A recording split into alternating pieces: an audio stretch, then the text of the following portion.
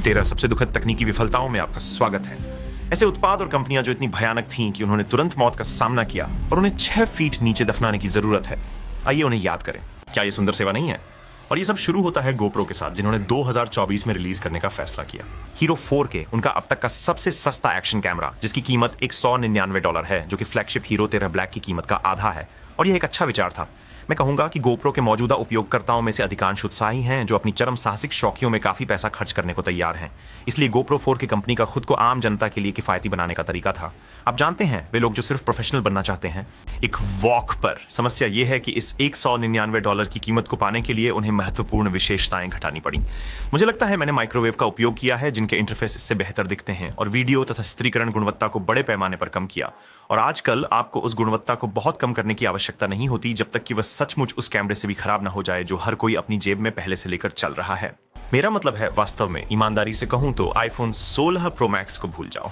अगर हम सिर्फ एक iPhone 13 लें तो भी iPhone की गुणवत्ता काफी बेहतर है, और यह 100 गुना आसान है क्योंकि आपको झंझट नहीं करनी पड़ती।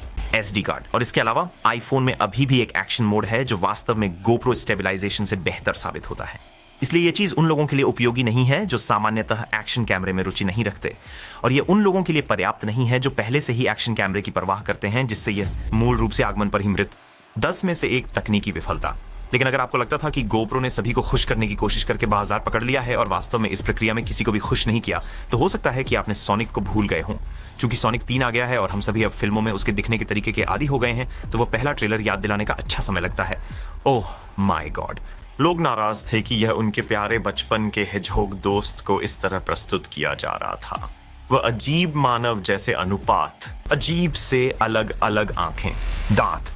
मैं गारंटी दे सकता हूं कि उन दांतों ने दुनिया भर के बच्चों के बुरे सपनों में जगह बनाई होगी। प्रतिक्रिया इतनी जबरदस्त थी कि पैरामाउंट ने एक बड़ा सार्वजनिक रूप से शर्मनाक यू टर्न लेने का निर्णय लिया। यह घोषणा की कि वे सोनिक को फिर से डिजाइन और पुनः एनिमेट करेंगे, जिससे उन्हें अनुमानित $5 मिलियन की लागत आई और फिल्म 3 महीने पूरी तरह से देरी से आई। जाना होगा, इतनी जल्दी नहीं। यहाँ एक दिलचस्प मोड़ है। अगर हम उस समय पैरामाउंट के बोर्ड रूम में होते जब यह हो रहा था, तो हम अपनी कंपनी की अब धूमिल हो चुकी प्रतिष्ठा के बारे में चिंतित हो जाते। लेकिन यह उन दुर्लभ तकनीकी असफलताओं में से एक है जहां कंपनी ने देखा कि उन्होंने क्या गलत किया। उन्होंने अपना अहंकार दबाया, माफी मांगी और अपनी लागत पर इसे ठीक करके स्थिति से जीत हासिल करने में कामयाब रहे। जैसे वह $5 मिलियन का निवेश, मुझे यकीन है, इस फिल्म के बहुत बड़ी कमाई करने में एक महत्वपूर्ण भूमिका निभाया। $139 million US Canada box office पर कमा लिए, पूरी तरह से पैरामाउंट की प्रतिष्ठा को बदल दिया, उन्हें नायकों के रूप में दर्शाया और 2 सीक्वल बनाए, जहां उन्होंने टेल्स, नकल्स और यहां तक कि शैडो को भी शामिल किया, उसी शैली में जिसे अब प्रशंसक खुशी से स्वीकार करते हैं। इस फ्रेंचाइज को $1 बिलियन के निशान से आगे बढ़ाया। तो फिर इसे 10 में से 1 से अधिक विफलता कहना संभव नहीं है। लेकिन अब चीजें गंभीर होने लगती हैं। यह मोक्सी है, बच्चों के लिए $800 का भावनात्मक समर्थन AI रोबोट, जो स्वयं में ही इस वर्ष मैंने कहा सबसे अजीब वाक्यों में से एक है। तो मोक्सी का विचार है दिलचस्प। कम से कम इसे कई न्यूरोसाइंटिस्ट्स और बच्चों के विकास में विशेषज्ञों द्वारा डिजाइन किया गया था, ताकि मूल रूप से माता पिता को अपने बच्चों को सामाजिक कौशल सिखाने में मदद मिल सके, तो बच्चे इसके साथ बातचीत कर सकें। इसे विशेष रूप से इसके साथ एक करीबी रिश्ता बनाने के लिए तैयार किया गया था, और यह चीज काफी उन्नत थी। इसमें AI तकनीकों का एक स्वामित्व मिश्रण शामिल था, जिसमें ChatGPT भी शामिल था, जो बातचीत के स्वर के अनुसार उसके चेहरे की अभिव्यक्तियों को नियंत्रित करता था, और यह 4 तक स्टोर कर सकता था प्रोफाइल्स, ताकि इसके विभिन्न बच्चों के साथ एक ही घर में इंटरेक्शन सभी अनोखे हों। लेकिन फिर शायद सबसे बुरी बात जो हो सकती है हुआ। मॉक्सी के पीछे स्टार्टअप एम्बॉडीड ने एक ईमेल भेजकर घोषणा की कि बॉट बंद हो रहा है। माता पिता के लिए यह काम छोड़ दिया कि वे अपने बहुत छोटे बच्चों को समझा सकें कि उनका सबसे अच्छा दोस्त क्यों गायब हो रहा है। जवाब, क्योंकि कंपनी अतिरिक्त फंडिंग प्राप्त करने में असफल रही। लेकिन यह बच्चों के लिए दिल तोड़ने वाला था, जिन्हें अपने दोस्त को मरते हुए देखना पड़ा। क्योंकि ये क्लाउड आधारित सर्वरों का उपयोग कर रहा है, एक बार जब सर्वर बंद हो जाते हैं तो रोबोट काम नहीं कर सकते। और हाँ, ऐसा उन्होंने कहा कि कोई रिफंड भी नहीं मिलेगा। लेकिन सबसे बड़ी बात, इस काव्यात्मक डिस्टोपियन ब्लेड रनर जैसे मोड में अंतिम शटडाउन ईमेल में यह भी सुझाव शामिल था कि माता पिता अब तबाह हुए बच्चों को यह खबर कैसे दें। यह उत्पाद बुरी तरह से उल्टा पड़ा। 10 में से 2 असफल होते हैं। इसलिए यह संभव है कि आपने काफी सफल स्टीम डेक के बारे में सुना होगा, शायद सबसे मुख्य धारा का हैंड हेल्ड गेमिंग कंप्यूटर। लेकिन क्या आप जानते हैं कि स्टीम डेक वास्तव में कंपनी का कंसोल बनाने का पहला प्रयास नहीं था? देखिए, 2015 में 2 मुख्य प्रकार के गेमर्स थे। एक थे पीसी गेमर्स, जिन्हें उच्चतम स्तर के ग्राफिक्स और सस्ते गेम्स मुफ्त ऑनलाइन खेलने के साथ मिलते थे, लेकिन उन्हें मेज पर सीधे बैठना पड़ता था। और फिर थे कंसोल गेमर्स, जो सोफे पर आराम से लेट सकते थे, लेकिन कंसोल की कमी की वजह से उनकी उनकी गेमिंग का अनुभव कम था। यहां आती हैं स्टीम मशीनें। विचार था कि लोगों को पीसी की शक्ति के साथ कंसोल की सुविधा प्रदान की जाए। वॉल्व, जो स्टीम के पीछे की कंपनी है, ने इस बिल्कुल नए बहुत ही अनोखे कंट्रोलर को 2 के साथ बनाया। माउस जैसे नियंत्रण के लिए क्लिकेबल टच पैड, और उन्होंने खरीदारों को विभिन्न स्पेक विकल्प देने के लिए पीसी विक्रेताओं जैसे एलियनवेयर के साथ भागीदारी की।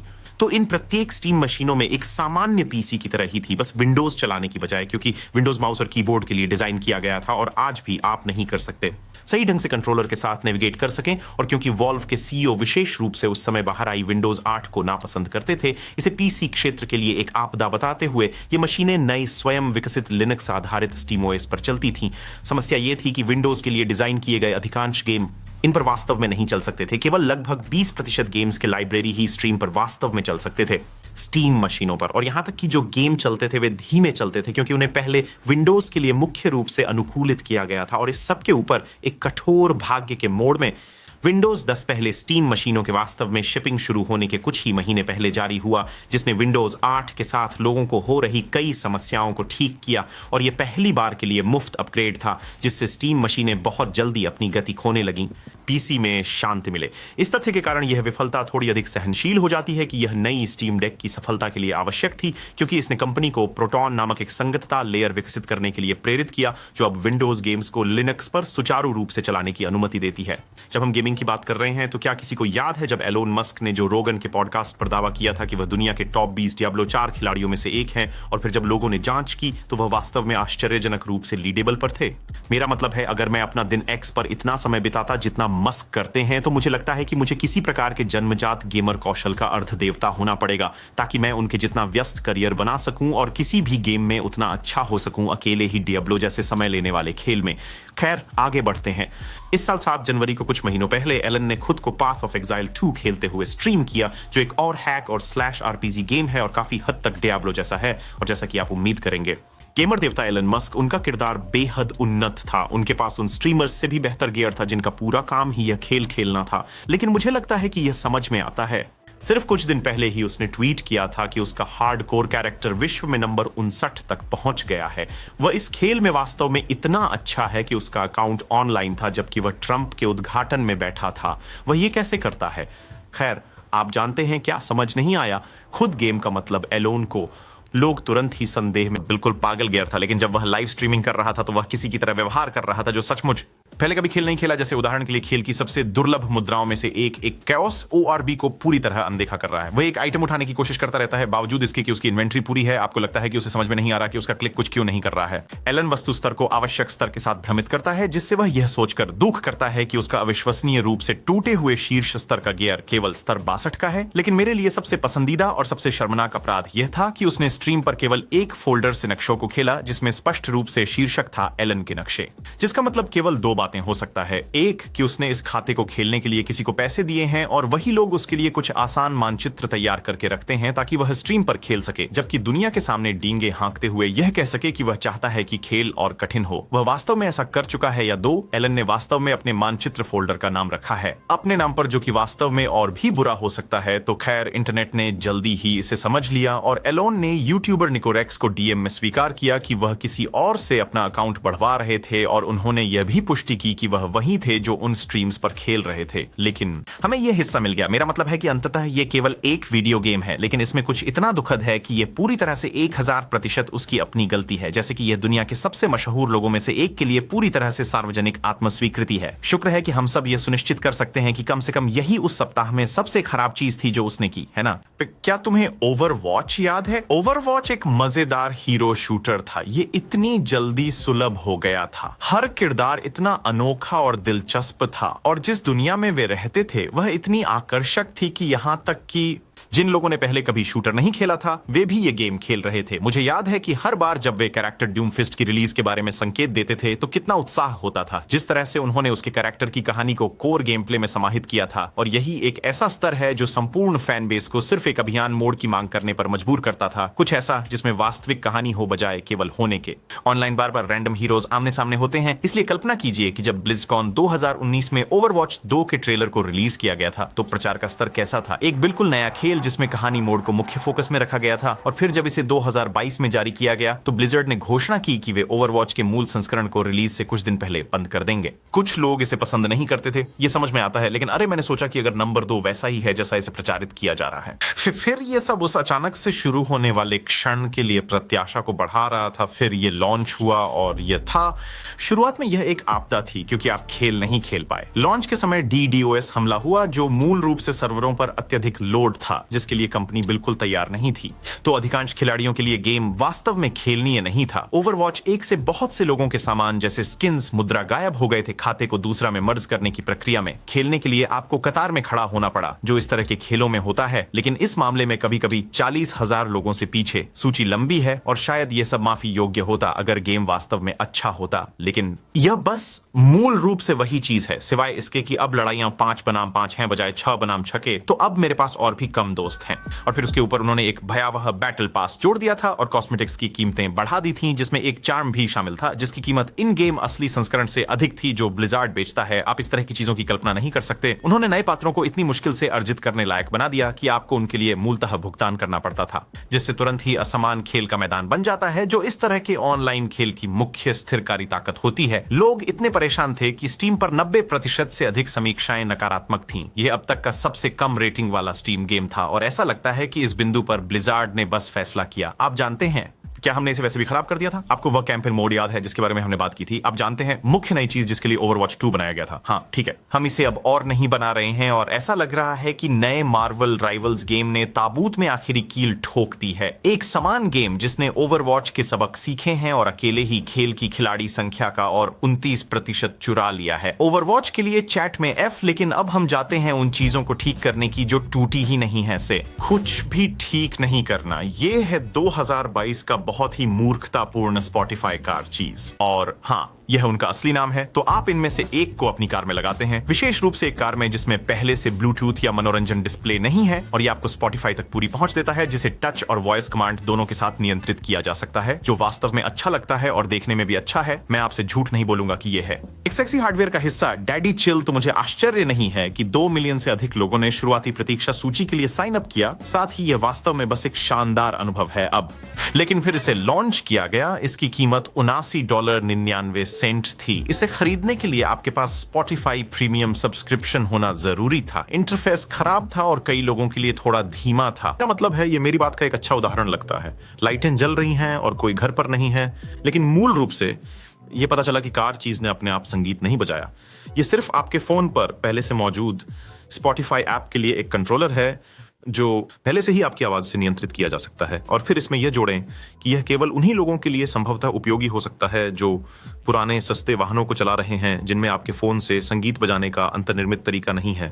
कौन लोग होंगे जो अपने संगीत सुनने की प्रक्रिया में एक पूरी तरह से अनावश्यक अतिरिक्त कदम जोड़ने के लिए $90 और एक सब्सक्रिप्शन का भुगतान करना चाहेंगे?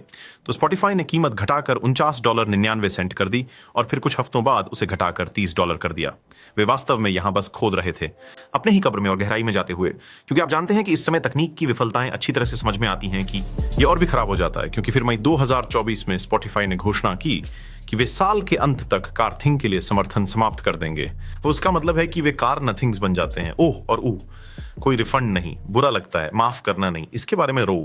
स्पॉटिफाई शायद लोगों को कुछ महीनों के लिए मुफ्त प्रीमियम की पेशकश कर सकती थी अगर आपने संपर्क किया और इसके बारे में विशेष शिकायत की, लेकिन वह वास्तव में चेहरे पर एक तमाचा जैसा लगा। और उन्होंने उन लोगों के लिए कुछ रिफंड्स की पेशकश भी की जो वास्तव में जिद्दी थे, लेकिन उन्होंने कभी नहीं जाकर इसे सार्वजनिक तौर पर किया। उसी महीने ग्राहकों ने स्पॉटिफाई के खिलाफ एक समूहवादी मुकदमा दायर किया क्योंकि उन्होंने उन उपकरणों को बेकार कर दिया था जिसके लिए उन्होंने भुगतान किया था, आरोप लगाते हुए कि अगर उन्हें पता होता कि स्पॉटिफाई कुछ ही महीनों में उन्हें बंद कर देने वाली है तो वे उपकरण नहीं खरीदते। जो समझ में आता है कि एक कंपनी से हार्डवेयर में गड़बड़ी हुई जो उनकी सॉफ्टवेयर के लिए बहुत सम्मानित है, लेकिन मई 2024 में सोनोस ऐप का पुनः डिजाइन बिल्कुल विपरीत था और यह काफी बुरा था। कंपनी ने अपने एंड्रॉयड iOS ऐप को पूरी तरह से बदल दिया और विचार था कि टैब्ड नेविगेशन सिस्टम को एक अनुकूलनीय होम स्क्रीन लेआउट से बदलना है। मूल रूप से आपके अनुभव को और तेज बनाने के लिए सब कुछ आपकी उंगलियों के निकट लाना था, जो अगर आपने पहले कभी सोनोस ऐप का उपयोग करने का सुख पाया है तो यह एक अत्यधिक आवश्यक चीज की तरह लग रहा था। और हालांकि इसने ऐप को तेज बना दिया, लेकिन लॉन्च के समय लोगों ने जल्दी से महसूस किया कि जबकि वे अपनी कई चीजों तक आसानी से पहुंच सकते थे, कुछ बुनियादी सुविधाएं जैसे sleep timer, alarm, music Q को एडिट करना या आप जानते हैं कई लोगों के लिए वास्तव में अपने स्पीकर्स को ढूंढना ये छोटी बातें नहीं थीं जो आसानी से छूट जाती, गायब हो गया। और यदि आप दृष्टिहीन थे तो ऐप आपके लिए पूरी तरह से बंद था, क्योंकि यह किसी भी प्रकार की स्क्रीन रीडर क्षमता के साथ लॉन्च नहीं हुआ था। याद रखें कि यह केवल एक स्पीकर कंपनी नहीं है जिसने एक ऐप लॉन्च किया, ऐप है। कंपनी सोनोस के स्पीकर्स इसके बिना कुछ नहीं हैं, तो स्वाभाविक रूप से रेडिट पर लोगों ने इसके साथ खूब मजाक उड़ाया। जिन्होंने अपने पूरे घरों को सोनोस टेक का उपयोग करके बनाया था, वे नाराज थे। ब्रांड का बहिष्कार करने और विकल्पों की ओर जाने के लिए लोगों से एक बड़ी मांग थी। सोनोस ने कैसे प्रतिक्रिया दी? खैर, उन्होंने बहादुरी से लोगों को बताया कि ऐप के पुनः डिजाइन के लिए वाकई हिम्मत चाहिए, जिसका मतलब है, मुझे लगता है कि अपनी कंपनी को खत्म करने का साहस। मुझे पता है कि मुझे क्या करना है, लेकिन मुझे नहीं पता कि इसे करने की ताकत है या नहीं, जैसा कि आप उम्मीद करते हैं। फिर राजस्व दर वर्ष 8% कम हुआ, जो Q4 की कमाई में था, जिसे सोनोस ने खुद ऐप रोल आउट के लिए जिम्मेदार ठहराया। $4 मिलियन ऐप पर ही खर्च हुए थे।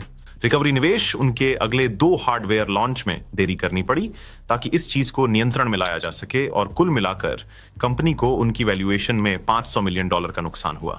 कसम से यह अपडेट लगभग 1 साल पहले जारी हुआ था, और कंपनी अभी भी उन समस्याओं को सुलझाने की कोशिश कर रही है जो उसने शुरू की थी, और ग्राहकों के साथ समझौता करने की कोशिश कर रही है।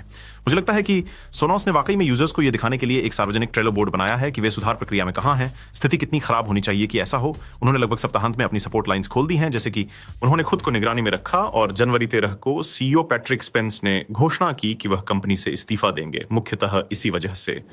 मेरे विचार से ये एक और भी बड़े 6 में से 10 विफल का हकदार है, लेकिन अब शीर्ष 5 का समय है। फिटबिट काफी समय से फिटनेस ट्रैकिंग घड़ियां बना रहा है, लेकिन उन्होंने अपना पहला सही स्मार्ट वॉच 2017 में बनाया, फिटबिट आयोनिक, जो अपना स्वयं का ऑपरेटिंग सिस्टम और आई प्लेटफॉर्म के साथ आता है, और लगभग 17 लाख बिके विश्व भर में। लेकिन मूल रूप से यह स्पष्ट रूप से अभी भी एक फिटबिट फिटनेस ट्रैकर था। तो अगर आप इनमें से एक चाहते थे, तो इसका कारण यह था कि आप जलन महसूस करने के लिए तैयार हैं। दुर्भाग्यवश वे इसमें थोड़े ज्यादा ही अच्छे साबित हुए। मुझे अभी 2018 से 2020 तक 8 कदम मिले।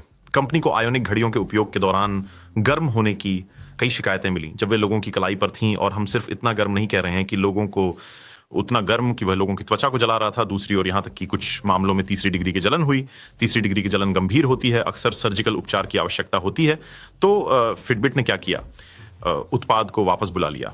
नहीं, अमेरिका उपभोक्ता उत्पाद सुरक्षा आयोग से संपर्क करें, जैसे उनके लिए कानूनी रूप से अनिवार्य है। नहीं, उन्होंने एक फर्मवेयर अपडेट जारी किया ताकि बैटरी पर तनाव को संभावित रूप से कम किया जा सके। शायद इससे तापमान वृद्धि में मदद हो, और इससे कोई मदद नहीं मिली। पीड़ितों की सूची बढ़ती रही, और इसमें मार्च 2022 तक का समय लगा। वो रिकॉल जारी किया जो उन्हें शुरू में करना चाहिए था, और इसके परिणाम स्वरूप हाल ही में फिटबिट को बहुत ही सही तरीके से $12.25 मिलियन का जुर्माना दिया गया है। तो आपने बम्बल के बारे में सुना है ना? वो डेटिंग ऐप जहां महिलाएं पहले संदेश भेजती हैं। इसे 2014 में व्हिटनी वोल्फ हर्ड नाम की महिला ने शुरू किया था जब उन्होंने टिंडर छोड़ा, और विचार था कि बम्बल महिलाओं के लिए एक सुरक्षित, अधिक शांति भरा विकल्प प्रस्तुत करता है, जिनके पास अब अधिक अधिकार होते हैं और जिनके डायरेक्ट मैसेज बस अनचाहे संदेशों से भरते नहीं हैं। एनाटॉमिकल फोटोग्राफी, और यह कॉन्सेप्ट वास्तव में बहुत तेजी से लोकप्रिय हुआ। अमेरिका में डाउनलोड के मामले में टिंडर से भी आगे निकल गया। तो साफ तौर पर अब तक यह यूनिक सेलिंग पॉइंट उनके लिए काम कर रहा है। सो क्यों ठीक करें जो टूटा नहीं है? खैर, वुल्फ ने सुना। उन्हें वास्तव में पैक्स कहा जाता है, लेकिन गए। वह एक खराब मजाक था।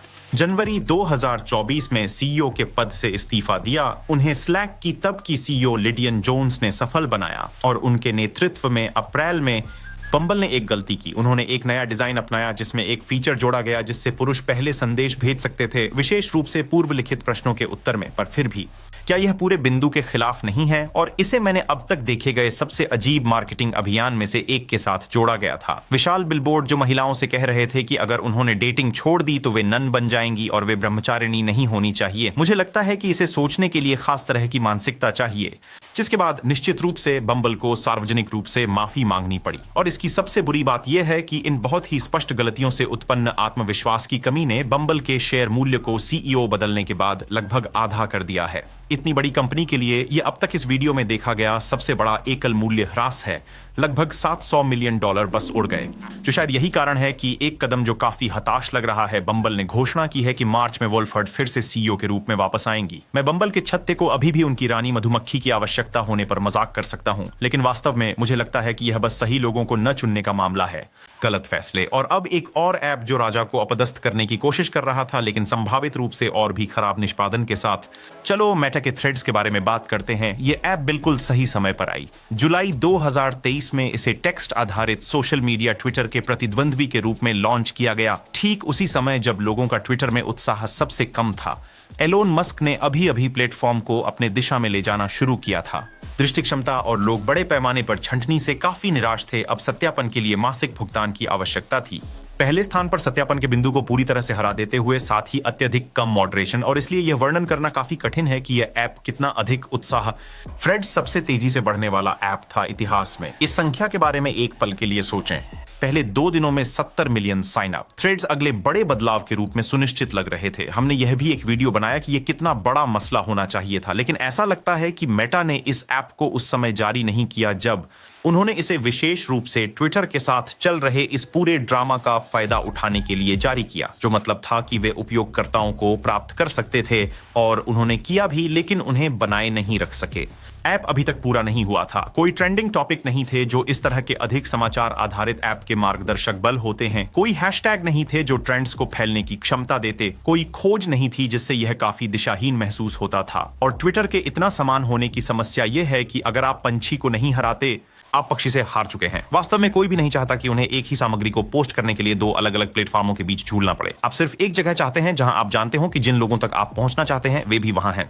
और चूंकि थ्रेड्स ने ट्विटर को पछाड़कर इसके लिए डिफॉल्ट विकल्प बनने के लिए पर्याप्त काम नहीं किया, इसके शुरुआती विजयी उपयोगकर्ता धीरे-धीरे निश्चित रूप से वहीं लौट आए जहां से वे आए थे। अब मुझे गलत मत समझिए, थ्रेड्स पूरी तरह से गायब नहीं हुआ है। इसे प्रतिदिन लगभग 10 करोड़ सक्रिय उपयोगकर्ता मिलते हैं, लेकिन फिर ये देखते हुए कि इसे पहले 5 दिनों में 10 करोड़ साइन अप मिले, ये स्पष्ट रूप से एक बहुत कठिन संघर्ष है अगर ये ट्विटर को हटाना चाहता है।